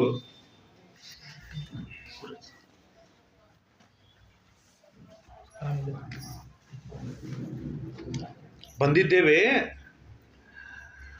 ನಾನಾ ಪರಿ ಸಾಧನೆಗಳು ಮಾಡಿ ಕಾಣಿಸಿಕೊಂಡು ನಿನ್ನ ಆತ್ಮಾನಂದ ಸುಖವನ್ನು ಭುಂಜಿಸು. ಇಷ್ಟೆಲ್ಲ ಯೋನಿಗಳನ್ನು ದಾಟಿ ಬಂದಾದ ಮೇಲೆ ಏನೋ ತಪ್ಪಿ ಬಿಂಬ, ಆ ಬಿಂಬನ ದರ್ಶನದಿಂದಲೇ ಅಪರೋಕ್ಷ ಜ್ಞಾನ, ಆ ಅಪರೋಕ್ಷ ಜ್ಞಾನದಿಂದಲೇ ಮೋಕ್ಷ. ಆ ಅಂತರ್ಯಾಮಿಯಲ್ಲಿ ಏನೆಲ್ಲ ಗುಣಗಳನ್ನು ತಿಳಿಬೇಕು? ಪ್ರಿಯ, ಆತ್ಮ, ಭಗವಾನ್, ಸ್ವಾಮಿ, ಅನಂತ ಗುಣಪೂರ್ಣ, ದೋಷದೂರ, ಸರ್ವಸ್ವಾಮಿ, ಅನಂತೋಪಕಾರಕ, ಕ್ಷಮಾ ಸಮುದ್ರ, ಭಕ್ತವತ್ಸಲ, ಭಕ್ತಾಪರಾಧ ಸಹಿಷ್ಣು ಇತ್ಯಾದಿ ನಮಗೆ ಎಷ್ಟು ಸಾಧ್ಯವಿದೆ ಅವನ್ನೆಲ್ಲ ಈ ಪಾರಾಯಣ ಮಾಡುವಾಗ, ಉಪನ್ಯಾಸಗಳನ್ನು ಕೇಳುವಾಗ ಗುಣಗಳನ್ನು, ದೇವರ ಗುಣಗಳನ್ನು ಒಂದು ಲಿಸ್ಟ್ ಔಟ್ ಮಾಡಿಕೊಂಡು ಅವುಗಳನ್ನು ಚಿಂತನೆಯನ್ನು ಮಾಡಲಿಕ್ಕೆ ತೊಡಗಿದಾಗ ಎಷ್ಟೋ ಜನ್ಮಗಳು ಕಳೆದಾದ ಮೇಲೆ ಒಂದು ಕ್ಷಣದ ಅಪರೋಕ್ಷ ಜ್ಞಾನವಾಗತ್ತೆ. ಅದಾಗಿ ಎಷ್ಟೋ ಜನ್ಮಗಳು ಕಳೆದಾದ ಮೇಲೆ ಭೂಮಿ ಮೇಲೆ ಇರುವ ಏನಂತಾರೆ ಯೋಗ್ಯತಾ ಮುಗಿಯತ್ತೆ. ಅದಾದ ಮೇಲೆ ಅವನ ಮೇಲೆ ಹೋಗಬೇಕು. ಆಮೇಲೆ ಬ್ರಹ್ಮದೇವರ ಮಾನದ ಪ್ರಕಾರ ಇವತ್ತಿನಿಂದ ಇನ್ನು 50 ವರ್ಷಗಳ ಕಳೆದಾದ ಮೇಲೆ ನಮಗೇನಂತಾರೆ ಮೋಕ್ಷ ಆನಂದವನ್ನು ಆದರೂ ಕೊಟ್ಟು ತೀರ್ತೀಯ. ಆದರೆ ಅದರ ಹಿಂದಿನ ಸಾಧನೆ ಮಾತ್ರ ಇಷ್ಟೆಲ್ಲ ಸಾಧನೆಗಳಿದೆ. ಆ ಸಾಧನೆಗಳನ್ನು ಮಾಡಲಿಕ್ಕೆ ಸ್ವಯಂ ನಾನು ಮಂದಭಾಗ್ಯ, ಅತ್ಯಂತ ನೀಚ, ದುರ್ಲಭ, ನಾನು ಸಾಮಾನ್ಯನಾದ ವ್ಯಕ್ತಿ ಅಷ್ಟು ಎತ್ತರದ ಸಾಧನೆ ಮಾಡಿಕೊಳ್ಳಿಕ್ಕೆ ನನ್ನಿಂದ ಸಾಧ್ಯವೇ ಇಲ್ಲ. ಆದ್ದರಿಂದಾಗಿ ಕರುಣೆ ಮಾಡು, ದಯೆ ಮಾಡು, ನನ್ನ ಮೇಲೆ ಕಣ್ಣು ಅರಳಿಸು. ಆಗ ನನ್ನಿಂದ ಅತ್ಯಲ್ಪ ಸಾಧನೆಯನ್ನು ಮಾಡಿಕೊಳ್ಳಲಿಕ್ಕೆ ನನ್ನಿಂದ ಸಾಧ್ಯವಾಗತ್ತೆ. ಜ್ಞಾನ ಭಕುತಿ. ಹಾಗಾದರೆ ಏನು ಮಾಡಬೇಕು ಅಂತಂದರೆ, ಜ್ಞಾನ ಭಕುತಿ ಎಂಬುದು ಎಲ್ಲ ಜೀವರಿಗೆ ಬೇಕು. ದೇವರ ಜ್ಞಾನವಾಗಬೇಕು ಅಂತಂದರೆ ಚೆನ್ನಾಗಿ ಜ್ಞಾನ ಬೇಕು, ಅದ್ಭುತವಾದ ಭಕ್ತಿ ಬೇಕು, ಅಪರಿಮಿತವಾದ ಭಕ್ತಿಯನ್ನು ಮಾಡಬೇಕು. ಭಕ್ತಿಯನ್ನು ಮಾಡು ಅಂದರೆ ಏನು? ಹುಳಿ ಮಾಡೋದಾ, ಸಾರು ಮಾಡೋದ, ಕುಂಬಳಕಾಯಿ ಹಾಕಿದ ಅಂತಾರೆ ಭರ್ಜರಿ ಹುಳಿ ಮಾಡೋದು. ಭಕ್ತಿ ಮಾಡೋದು ಅಂತಂದರೆ ಮತ್ತೆ ಮೊದಲಿಗೆ ಬರಬೇಕು. ಭಕ್ತಿ ಮಾಡೋದು ಅಂದರೆ ಬೇರೆ ಇದೇನೂ ಇಲ್ಲ, ವ್ಯಕ್ತಿಯ ಗುಣಗಳನ್ನು ತಿಳಿತಾ ಹೋಗೋದು. ಮನೆಗೆ ಮಗ ತನ್ನ ಗೆಳೆಯನನ್ನು ಕರೆದುಕೊಂಡು ಬರ್ತಾನೆ. ತಾಯಿ ಅಂತಾಳೆ, ಯಾವ ಕೊಂಡವ್ರ ಮನೆಗೆ ಕರ್ಕೊಂಡು ಬಂದಿ ಅಂತ. ಅಲ್ಲಮ್ಮ, ನನ್ನ ಗೆಳೆಯ, ಭಾಳ ಗೆಳೆಯ. ಹಾಗಾದ್ರೆ ಅಲ್ಲೇ ಕಂಪೌಂಡ್ನಾಗೆ ಮಾತಾಡಬೇಕು, ಅಲ್ಲಿಂದ ಅಲ್ಲೇ ಕಳಿಸ್ಬೇಕು ಅಂದ್ಲು. ಅಂದ್ರೆ ಮೊದಲಿನ ಭಾವ ಸ್ವಲ್ಪ ಸಡ್ಲಾಯ್ತು. ನಾ ಏನು ಮೊನ್ನೆ ಪರೀಕ್ಷೆದೊಳಗೆ ಪಾಸ್ ಆದ್ನಲ್ಲ, ಇವನ್ ಹೆಲ್ಪ್ನಿಂದೆ ಸಿಟ್ಔಟ್ನಾಗ ಕೂಡಿಸು. ಅಲ್ಲಮ್ಮ, ಜೋಗ್ ಜಲಪಾತಿಗೆ ಮೊನ್ನೆ ಹೋಗಿದ್ವಲ್ಲ, ಜಾರಿ ಬಿದ್ದು ಸಾಯ್ತಿದ್ದೆ, ಕೈ ಹಿಡಿದು ಬದುಕಿಸಿದ. ಬರ್ಯೋ ಮಕ್ಕಳೇ, ಇಬ್ರು ನನ್ನ ಮಕ್ಕಳಿದ್ದಾಗೆ ಅಂತ ಒಂದ ಟೇಬಲ್ ಮೇಲೆ ಊಟಕ್ಕೆ ಹಾಕಿದ್ರು. ಅಂದ್ರೆ ನಾ ಹೇಳೋದು, ಸ್ನೇಹ ಯಾಕೆ ಬೆಳೀತು? ಆ ವ್ಯಕ್ತಿಯ ಬಗ್ಗೆ ನಮಗೆ ಪಾಸಿಟಿವ್ ಆದ ಗುಣಗಳ ಜ್ಞಾನ ಎಷ್ಟು ಆಗ್ತಾ ಹೋಯ್ತೋ ಅಷ್ಟು ಆಟೋಮೆಟಿಕ್ಲಿ ಸ್ನೇಹ ಬೆಳೀತು ಹೊರತು ಆ ಸ್ನೇಹವನ್ನು ಹಾಕಿ ತುರುಕಿ ಬೆಳೆಸಬೇಕಾದ ಅವಶ್ಯಕತೆ ಇಲ್ಲ. ಸೊ ಅದೇ ಕಾನ್ಸೆಪ್ಟೇ ದೇವರಲ್ಲಿ. ಒಂದು ಸಣ್ಣ ಗುಣ ಗೋಪಾಲದಾಸರು ಹೇಳ್ತಾರೆ, ಅದನ್ನು ನೋಡಿದೆ, ಸಿಗಲಿಲ್ಲ ನನಗೆ, ನಾಳೆ ನಾಡ್ದು ಸಿಕ್ಕರೆ ನಾ ಹೇಳ್ತೇನೆ. ಸಣ್ಣ ಗುಣ, ಅತ್ಯಲ್ಪಮಪಿ ಉರುಕಾರಿ ಭಕ್ತದತ್ತಂ ಅತ್ಯಲ್ಪಮಪಿ ಉರುಕಾರಿ ಎನ್ನುವಂಥ ಒಂದು ದೇವರ ಒಂದು ದೊಡ್ಡದಾದ ವೈಭವ. ಏನು ಅಂದರೆ ಅದರ ಕನ್ನಡದೊಳಗೆ ಹೇಳ್ತೇನೆ ನಾ. ಫಸ್ಟ್ ಮೊಮ್ಮಗ, ಸಣ್ಣ ಹುಡುಗ, 2 ವರ್ಷ 3 ವರ್ಷದ ಹುಡುಗ, ಪೂಜ್ಯ ರಾಘವೇಂದ್ರ ಹೇಳ್ತಾರೆ, ತಪ್ಪು ಹೇಳ್ತಾರೆ.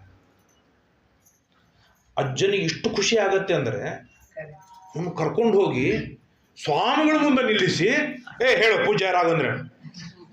ಪೂಜ್ಯಾಯ ರಾಘವೇಂದ್ರಾಯ ಇದೇನು ದೊಡ್ಡ ಸುಧಾಗ್ರಂಥ ಅಲ್ಲ. ಅದು ಹೇಳಿದ್ದು ತಪ್ಪು ಹೇಳ್ಯಾನ. ಹಾಗಿದ್ರೂ ಅಜ್ಜನಿಗೆ ಇಷ್ಟು ಖುಷಿ ಆಯಿತು ಅಂತಂದರೆ ಅಂತಾರೆ, ಸಮಗ್ರ ಶ್ರೀಮನ್ಯಾಯ ಸುಧಾ ಪರೀಕ್ಷೆಯನ್ನು ಕೇಳುವಂಥ ಸ್ವಾಮಿಗಳ ಮುಂದೆ ಹೋಗಿ ನಿಲ್ಲಿಸಿ ಅವನ ಕಡೆಯಿಂದ ಹೇಳಿಸಿದ. ಅಂದರೆ ಮಾಡಿದ್ದು ಸಾಧನೆ ಸಣ್ಣದು, ಅದು ತಪ್ಪು. ಅದಕ್ಕೇನಾಯಿತು, ಅಷ್ಟು ಹಿಗ್ಗಿದ ತಂದೆ ಅಜ್ಜ ಅಂದ ಮೇಲೆ ಇದೇ ಗುಣ ದೇವರಲ್ಲಿ ಎಷ್ಟಿದೆ ಅಂತಂದರೆ, ನಾನು ಮಾಡಿದ ಸಾಧನೆ ನಿನ್ನ ಲೆಕ್ಕದೊಳಗೆ, ವಾಯುದೇವರ ಲೆಕ್ಕದೊಳಗೆ, ಲಕ್ಷ್ಮೀದೇವಿಯ ಲೆಕ್ಕದೊಳಗೆ ಅತ್ಯಲ್ಪ, ಅದರೊಳಗೂ ದೋಷಪೂರಿತ. ಅದನ್ನು ನೀ ಏನು ಮಾಡಬೇಕು ಅಂದರೆ, ನನ್ನ ಭಕ್ತ ದೇವರ ಪೂಜೆ ಮಾಡಿದ, ನನ್ನ ಭಕ್ತ ಮಾಘ ಸ್ನಾನ ಮಾಡಿದ, ನನ್ನ ಭಕ್ತ ಏನಂತಾರೆ ಕಾರ್ತಿಕ ಸ್ನಾನ ಮಾಡಿದ, ನನ್ನ ಭಕ್ತ ಏಕಾದಶಿ ಉಪವಾಸ ಮಾಡಿದ, ಏನು 3 ಹೊತ್ತು ಫಳಾರ ಮಾಡಿ, ಅದನ್ನೇ ದೇವ್ರು ದೊಡ್ಡದು ಸ್ವೀಕಾರ ಮಾಡಬೇಕು. ಭಕ್ತ ದತ್ತಂ ಫಲ್ಗೊಪಿ ಉರುಕಾರಿ. ಈ ತರಹದ ಗುಣಗಳು ಅಂದ್ರೆ ನಾ ಹೇಳೋದೇನು, ಹಾಸ್ಯ ಜೋಕು ಇದೆಲ್ಲ ಒಂದು ಕಡೆಗೆ, ಆದರೆ ಕಾನ್ಸೆಪ್ಟ್ ಏನು ಅಂತಂದ್ರೆ, ದೇವರ ಬಗ್ಗೆ, ಯಾವುದೇ ವ್ಯಕ್ತಿಯ ಬಗ್ಗೆ ಗುಣಗಳ ಜ್ಞಾನ ಹೇಗೆ ಬೆಳೀತಾ ಹೋಗುತ್ತೆ ಹಾಗೆ ಭಕ್ತಿ ಗಟ್ಟಿ ಆಗ್ತಾ ಹೋಗುತ್ತೆ. ಹಾಗಾದ್ರೆ ಗುಣಗಳ ಜ್ಞಾನ ಬೆಳಿಬೇಕು ಅಂತಂದ್ರೆ ಹೊಸದ ಅಧ್ಯಯನ ಆಗಬೇಕು. ಬಾರೋ ಮನೆಗೆ ಗೋವಿಂದ ಅನ್ನೋದು ಬಾಯ್ಪಟ್ಟಾಗಿದೆ, ಲಿಪ್ ವರ್ಕ್ ಆಗಿದೆ, ಅದನ್ನೇ ರಟ್ಟ ಹೊಡೆದು ಹಾಡ್ಕೋತ ಕೂತ್ರೆ ತತ್ಸವಿತೃವರೆಣ್ಯಂ ಭರ್ಗೋ ದೇವಸ್ಯ ಧೀಮಹಿ ಅಂತೇಳಿ ಅದು ಕೌಂಟಿಗೆ ಬರುತ್ತೆ. ಆದರೆ ಅದರಲ್ಲಿ ತತ್ ಅಂದ್ರೆ ಏನು, ಸವಿತು ಅಂದ್ರೆ ಏನು, ವರೆಣ್ಯಂ ಅಂದ್ರೆ ಏನು, ಭರ್ಗ ಅಂದ್ರೆ ಏನು, ದೇವಸ್ಯ ಅಂದ್ರೆ ಏನು, ಬಾರೋ ಮನೆಗೆ ಅಂದಾಗ ಬಾರೋ ಅಂತಂದ್ರೆ ಯಾವ ಕಾರಣಕ್ಕೆ, ಎಲ್ಲೆಲ್ಲಿ ಯಾವ ಪ್ರಸಂಗದೊಳಗೆ ಬೇರೆಯವ್ರ ಮನೆಗೆ ಹೋದ, ಆ ಎಲ್ಲ ಕಾರಣಕ್ಕೆ, ಆ ಎಲ್ಲ ಪ್ರಸಂಗದೊಳಗೆ ನನ್ನ ಮನೆಗೆ ಬಾ. ಎದಕ್ಕೆ ಬಾ? ನನ್ನ ಕಡೆಯಿಂದ ದೇವ್ರ ಪೂಜೆ ಮಾಡಿಸ್ಕೊಳ್ಳಿಕ್ ಬಾ. ಎದಕ್ಕೆ ಬಾ? ನನ್ನ ಕೈಯಾಗಿಂದ ತುಳಸಿ ಏರಿಸ್ಕೊಳ್ಳಿಕ್ ಬಾ. ಎದಕ್ಕೆ ಬಾ?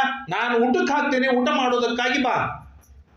ಈ ತರಹದ ಅದೇ ಹಾಡುಗಳನ್ನೇ ಹಾಡ್ತಾ ಇರುವಾಗಲೂ ಈ ಕಾನ್ಸೆಪ್ಟ್ಗಳು ಬೆಳೀತಾ ಹೋಯ್ತು ಅಂತಾದರೆ ಆಗೇನಾಗುತ್ತೆ, ಭಾವ ಮನಸ್ಸು ಆರ್ದ್ರವಾಗತ್ತೆ, ಮನಸ್ಸು ಹದವಾಗತ್ತೆ. ಯಾವಾಗ ಮನಸ್ಸು ಹದವಾಯ್ತು ಅದು ಹೇಗೆ ಬೇಕೋ ಹಾಗೆ ಟರ್ನ್ ಆಗಲಿಕ್ಕೆ ಸಿದ್ಧವಾಗತ್ತೆ. ಆಗ ಸ್ವಲ್ಪ ಗುಣಗಳ ಟಚ್ ಕೊಡ್ತಾ ಹೋಗಿಬಿಟ್ರೆ ಸಾಕು, ಅಲ್ಲಿ ಭಕ್ತಿ ಎಂಬ ರಸ ಹುಟ್ಟಿಕೊಳ್ತಾ ಹೋಗುತ್ತೆ. ಹೀಗೆ ಜ್ಞಾನ ಹಾಗೂ ಭಕ್ತಿ ಎನ್ನುವುದನ್ನು ಎಲ್ಲ ಜೀವರಾಶಿಗಳಿಗೂ ಬೇಕು. ಗೋಪಾಲದಾಸರು ದೇವರಿಗೆ ಹೇಳ್ತಾ ಇದ್ದಾರೆ, ಬೇಕು, ಅದನ್ನು ನೀನು ದಯಪಾಲಿಸು ಅದನ್ನು ನೀನು ಕರುಣೆ ಮಾಡಿ ನನಗೆ ಕೊಡು. ಯಾಕೆ? ನೀನೇ ಗತಿಯೋ ಸ್ವಾಮಿ. ನನಗೆ ನಿನ್ನ ಬಿಟ್ಟು ಇನ್ಯಾರು ಗತಿ ಇದ್ದಾರೆ ನನಗೆ? ನಾನು ಸಂಧ್ಯಾವಂದನ ಮಾಡು ಅಂತೇಳಿ ನಮ್ಮ ಅಪ್ಪ ಅಮ್ಮ ನನಗೆ ಹೇಳಿಲ್ಲ. ಯಾರಿಗಾದ್ರೂ ಹೇಳಿದ್ರೆ ಅವ್ರ ಅಪ್ಪ ಅಮ್ಮಂದ್ರು ದೊಡ್ಡವರು, ಪುಣ್ಯವಂತರು. ಏಕಾದಶಿ ವ್ರತ ಮಾಡು ಅಂತೇಳಿ ನಮ್ಮ ಅಪ್ಪ ಅಮ್ಮ ನನಗೆ ಹೇಳಿಲ್ಲ. ಯಾಕೆ? ಪಾಪ ಕೂಸು ಮುಖ ಬಾಡಿ ಬಿಡಿತಂದ್ರೆ ಏನು ಮಾಡೋಣ, ಸ್ವಲ್ಪ ನೀರು ತಗೊಂತಾಳೆ, ಹಾಲು ತಗೊಂತಾಳೆ, ಉಪ್ಪಿಟ್ಟು ತಿನ್ನು ಅಂತಾಳೆ, ಆದ್ರೆ ಉಪವಾಸ ಮಾಡು ಅಂತ ಅನ್ನೋದಿಲ್ಲ. ಕಾರ್ತಿಕ್ ಸ್ನಾನ ಮಾಡು ಅಂತ ಯಾರು ಹೇಳೋದಿಲ್ಲ. ಜಪ ಮಾಡು ಅಂತ ಯಾರು ಹೇಳೋದಿಲ್ಲ. ಪಾರಾಯಣ ಮಾಡು ಅಂತ ಯಾರು ಹೇಳೋದಿಲ್ಲ. ಸಂಧ್ಯಾವಂದನ ಮಾಡು ಅಂತ ಯಾರು ಹೇಳಾರ? ಯಾರು ಹೇಳಿಲ್ಲ. ರಾತ್ರಿ ಮಲಗಿದಾಗ ವಿಚಾರ ಮಾಡಿ, ಉಪನಯನ ಆದ್ಮೇಲೆ 3 ದಿವಸ ಹೇಳ್ಯಾರ, 4 ದಿವಸ ಹೇಳ್ಯಾರ. ಯಾವಾಗ ಅವ್ನು ಬಿಡ್ಲಿಕ್ಕೆ ಆದತ್ತು ಬಿತ್ತು ಅವತ್ತಿನಿಂದ ಹೇಳೋದೇ ಬಿಟ್ಬಿಟ್ರಿ. ಯಾಕ? ನಾವು ಹೇಳೋದು ಅವನಿಗೆ ಎಲ್ಲಿ ಕಿರಿಕಿರಿ ಆಗತ್ತೋ, ಮಗ ಎಲ್ಲಿ ಬೇಸರಿಕೆ ಮಾಡಿಕೊಳ್ತಾನೆ ಅಂತೇಳಿ. ಹಾಗಾಗಿ ಸಾಧನೆ ಮಾಡು ಅಂತ ಹೇಳಿ ಯಾರು ಅಂದ್ರೆ ಯಾರೂ ನಮಗೆ ಹೇಳಿಲ್ಲ. ಹಾಗಾಗಿ ಅಂಥವ್ರು ಅವ್ರು ನಮ್ಮ ಗತಿಯನ್ನು ತಿಳ್ಕೊಂಡು ಕೂತೀನಿ. ಅವ್ರು ಯಾರು ನನ್ನ ಗತಿ ಅಲ್ಲ, ನನ್ನ ತೆಗೆದು ತೊಡೋರೆ ಅವರು. ನಾನು ಪಾಪ ಮಾಡೀನಿ, ನಾನು ಸಂಧ್ಯಾವಂದನ ಬಿಟ್ಟಿನಿ ಮಗನೇ, ನೀನು ಬಿಡು. ನಾನು ದೇವ್ರ ಪೂಜೆ ಬಿಟ್ಟಿನಿ. ದೊಡ್ಡ ದೇವ್ರ ಪೂಜೆ ವರ್ಷಕ್ಕೊಮ್ಮೆ ಆಗಬೇಕು, ಇದೇ ನಮ್ಮ ಪ್ರಥಾ ಅಂತ ಹೇಳ್ತಾರೆ. ದೊಡ್ಡ ದೇವ್ರ ಪೂಜೆ ದೇವ್ರ ಸಮಾರಾಧಿ ದಿವಸ ಅಷ್ಟೇ ಆಗಬೇಕು. ಮಕ್ಕಳೇ ಆಗಿಲ್ಲದ್ರೆ ಏನ್ ಮಾಡೋಣ? ಅವು ಎಲ್ಲಾದ್ರೂ ಓಡಿ ಹೋಗ್ಬಿಟ್ರೆ ಏನ್ ಮಾಡೋಣ? ಮುಂಜಾನೆ ಮಾಡ್ಕೊಳ್ಳಿಲ್ಲಪ್ಪ ಹುಡುಗ. ಅಥವಾ ಏನಂತಾರೆ, ಇಂಟರ್ ಕಾಸ್ಟ್ ಮಾಡ್ಕೊಂಡು ಒಮ್ಮಿಂದೊಮ್ಮೆ ರಿಜಿಸ್ಟ್ರೇಷನ್ ದೇವ್ರ ಸಮಾರಾಧನೆ ಮಾಡೋ ಪ್ರಸಂಗನೇ ಬರಲಿಲ್ಲ ಅಂದ್ರೆ ಆ ಜೀವನದೊಳಗೆ ದೇವ್ರ ಪೂಜೆನೇ ತಪ್ಪಿ ಹೋಯ್ತು. ಬೇಡ ಅನ್ನೋದಕ್ಕೆ ನಮ್ಗೆ ಹೇಳ್ಯಾರ ಹೊರತು ಬೇಕು ಅನ್ನೋದಕ್ಕೆ ಯಾರೂ ಹೇಳಲಿಲ್ಲ. ಅದಕ್ಕಾಗಿ ನೀನು ಗತಿ ಸ್ವಾಮಿ, ನೀನು ನನ್ನ ಉದ್ಧಾರ ಮಾಡಬೇಕು ಅಂತ ನೀನು ಮನಸ್ಸು ಮಾಡಿ ನನ್ನೊಳಗೆ ನಿಂತು ಪ್ರೇರಣೆ ಮಾಡಿ ನನ್ನಿಂದ ಸಾಧನೆ ಮಾಡಿಸ್ಬೇಕು ನೀನು. ಇಲ್ಲದೇ ಆದರೆ ನನ್ನಿಂದ ಸಾಧನೆ ಆಗುವುದಿಲ್ಲ, ನನ್ನಿಂದ ಸಾಧನೆ ಆಗುವುದೇ ಇಲ್ಲ. ಏನು ಲಗ ಹೊಡೆದ್ರು ಆಗ್ಲಿಕ್ಕೆ ಸಾಧ್ಯವಿಲ್ಲ. ಆದ್ದರಿಂದಾಗಿ ಹೇ ಗತಿ, ನೀನೇ ಗತಿಯೋ ಸ್ವಾಮಿ, ಇನ್ನು ಬರಲಿಲ್ಲವೆಂದು ತಾನು ಇಹುವ ಜೀವ ಸಾಮಾನ್ಯನೇ ಏನು ಎನಗೆನ್ನ ನಿನ್ನ ಮೂರ್ತಿ ಎಂದರೆ, ನಿನ್ನ ಮೂರ್ತಿ ನೋಡಿಬಿಟ್ರೆ ನನಗೆ ಆನಂದವೋ ಆನಂದ, ಆನಂದವೋ ಆನಂದ. ದೇವರ ಪೂಜೆ ಮಾಡ್ತಾ ಇರುವಾಗ, ಪಾಠ ಪ್ರವಚನದಲ್ಲಿ ಇರುವಾಗ, ಪ್ರದಕ್ಷಿಣೆ ಹಾಕುವಾಗ, ಪಾರಾಯಣ ಮಾಡುವಾಗ, ಇದ್ರದ್ದೆಲ್ಲ ಕಾನ್ಸೆಪ್ಟ್ ಏನು? ದೇವರನ್ನು ಸಂತೋಷಪಡಿಸೋದು. ದೇವರು ಸಂತೋಷ ಪಟ್ಟಾನೋ ಇಲ್ಲೋ ನಮ್ಗೆ ಹೇಗೆ ಗೊತ್ತಾಗು? ಮೊದಲಿಗೆ ಪ್ರಶ್ನೆ ಮಾಡಿದೆ ನಾನು, ಹೇಗೆ ಗೊತ್ತಾಗು? ಈಗ ನಾನು ಉಪನ್ಯಾಸ ಮಾಡ್ಲಿಕ್ಕತ್ತಿದ್ದು ನಿಮಗೆ ಸಂತೋಷ ಆಗ್ಯದೋ ಇಲ್ಲೋ ಅನ್ನೋದು ನನಗೆ ಗೊತ್ತಾಗತ್ತೆ. ಯಾಕೆ? ನನ್ನ ಎದುರಿಗೆ ನೀವಿದ್ದೀರಿ.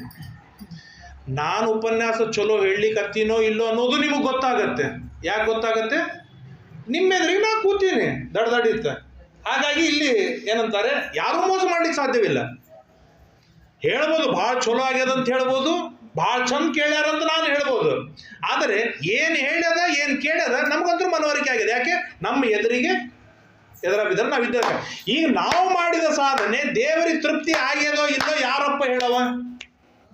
ಯಾಕೆ? ನಮಗೆ ದೇವರೇ ಕಂಡಿಲ್ಲ, ದೇವರೇ ಕಾಣಿಸಿಲ್ಲ. ಅಂದಮೇಲೆ ನಾನು ಹೆಂಗೆ ಹೋಗಲಿ, ಯಾವ ಮಾರ್ಗದಾಗ ಹೋಗಲಿ? ನಾ ಮಾಡಿದ್ದು ಸರಿನೋ ತಪ್ಪೋ, ಇದರಿಂದ ದೇವರಿಗೆ ತೃಪ್ತಿ ಆಯ್ತೋ ಇಲ್ಲೋ ಹೇಗೆ ಗೊತ್ತಾಗೋದು ನನಗೆ? ಇದನ್ನು ನಾವು ವಿಚಾರನೂ ಮಾಡಿಲ್ಲ. ಅತ್ಯಂತ ಅನಿವಾರ್ಯವಾಗಿರುವಂಥದ್ದು. ಇದಕ್ಕೆ ಶಾಸ್ತ್ರ ಸಾಕಷ್ಟು ಮಾತುಗಳನ್ನು ಹೇಳ್ತಾರೆ. ನಾನು ಮಾಡ್ತಾ ಇರುವ ಸಾಧನೆಯೊಳಗೆ ನನಗೆ ಸೆಲ್ಫ್ ಎಂಜಾಯ್ಮೆಂಟ್ ಆಗಬೇಕು, ಆನಂದವಾಗಬೇಕು, ತೃಪ್ತಿ ಆಗಬೇಕು. ಅಯ್ಯೋ 45 ನಿಮಿಷ ಹೋಗ್ಬಿಡ್ತಾ, ಛೇ ನಾಳೆ ಇನ್ನೊಂದು 5 ನಿಮಿಷ ಹೆಚ್ಚಿಗೆ ಜಪ ಮಾಡ್ತೇನೆ, ಹೆಚ್ಚಿಗೆ ಪೂಜೆ ಮಾಡ್ತೇನೆ ಅನ್ನೋ ಟೈಮ್ ಹೋಗಿದ್ದು ಗೊತ್ತಾಗದಿರುವಷ್ಟು ಇನ್ವಾಲ್ವ್ಮೆಂಟ್, ಎಂಜಾಯ್ಮೆಂಟ್, ಈ ಎರಡು ಯಾವಾಗ ಇರುತ್ತೆ ಆಗ ನಾವೊಂದು ಊಹೆ ಮಾಡ್ಬೋದು. ಏನಂತ ಊಹೆ ಮಾಡ್ಬೋದು? ನಾನು ಮಾಡಿದ ಈ ದೇವರ ಪೂಜೆ ನನಗೆ ತೃಪ್ತಿಯಾಗಿದೆ ಅಂದರೆ ನನ್ನ ಕಣ್ಣಿಗೆ ಕಾಣದ ದೇವರಿಗೂ ತೃಪ್ತಿ ಆಗಬಹುದು ಅಂತ ವಿಚಾರವನ್ನು ಮಾಡಬಹುದು. ಇದಕ್ಕೆ ತಮಗೆಲ್ಲರಿಗೂ ಒಂದು ದೃಷ್ಟಾಂತ ಕೊಡ್ತೇನೆ, ಸರಳವಾಗಿ ತಿಳಿತದೆ. ಸಾಕಷ್ಟು ನಾವು ಎಲ್ಲ ಮಾಡಿದವ್ರೆ, ಅದದ್ದು ಅರ್ಥ ಆಗತ್ತೆ. ನಾನಂತೂ ಮಾಡೀನಿ. ಸಾರು ಹುಳಿ ಮಾಡಿದ್ಮೇಲೆ ಸ್ವಲ್ಪ ವಾಸನೆ ನೋಡುತ್ತೆ. ಯಾರು ತಿನ್ನಂಗಿಲ್ಲ, ಬಾಯಿಗೆ ಹಾಕೋಂಗಿಲ್ಲ ದೇವ್ರ ನೈವೇದ್ಯ ಅಂತ ಹೇಳಿ. ಆದರೆ ವಾಸನೆ ನೋಡೋದಂತೂ ಬಿಡುವುದಿಲ್ಲ, ನೋಡ್ತೇನೆ. ವಾಸನೆ. ಸರಿನಾ? ಯಾಕೆ ನೋಡ್ತೇವೆ? ಅದ್ರ ಹಿಂದಿನ ಕಾನ್ಸೆಪ್ಟ್ ಏನಿದೆ? ಅದ್ರಾಗ ಏನು ರುಚಿ ಗೊತ್ತಾಗತ್ತೇನ?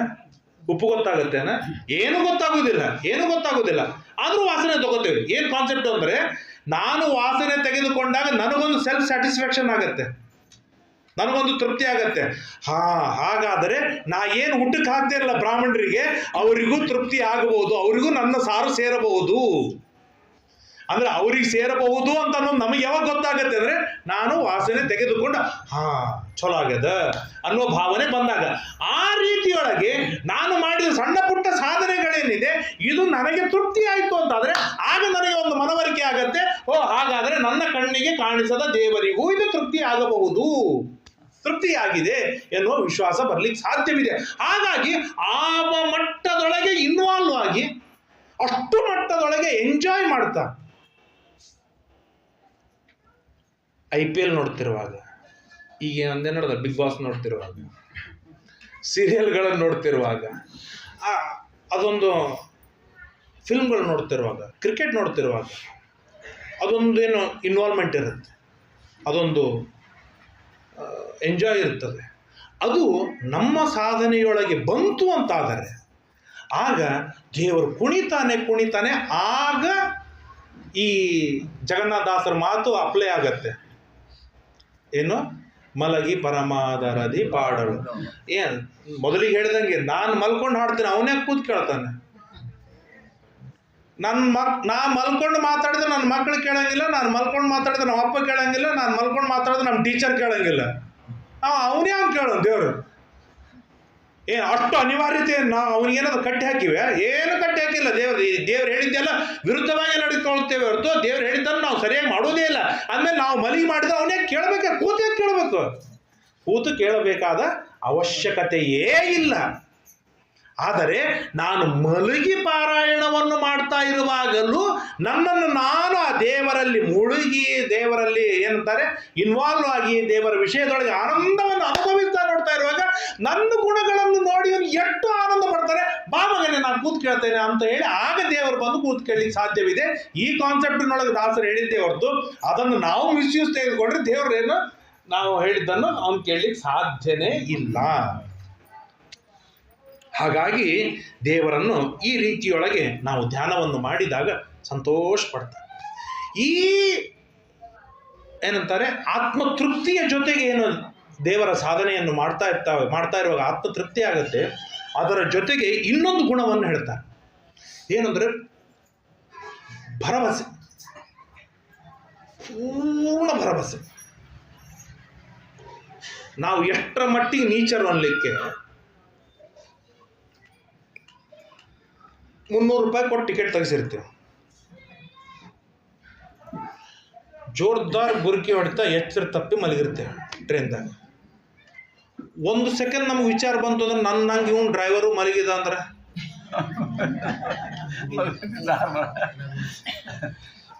ಆ ವಿಚಾರ ಬಾರದಿರುವಷ್ಟು ಆ ಪೈಲಟಿನ ಮೇಲೆ ಪೂರ್ಣ ವಿಶ್ವಾಸ ಎಂದಿಗೂ ಬಂದಿಲ್ಲ.